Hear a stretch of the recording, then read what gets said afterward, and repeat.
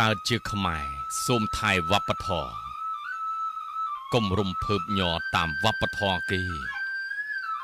កុំរៀនត្រាប់ចម្លងមិនល្អទេ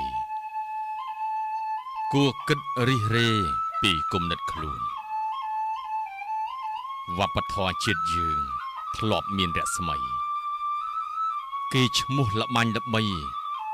កិត្តិយសសំសួនខ្មែរច្នៃប្រឌិតគំនិតមាសខ្លួនដកខាត់មមួនគំនិតខ្មែរប្រឹងរៀនស្រាវជ្រាវប្រឹងស្ដាប់ប្រឹងអាន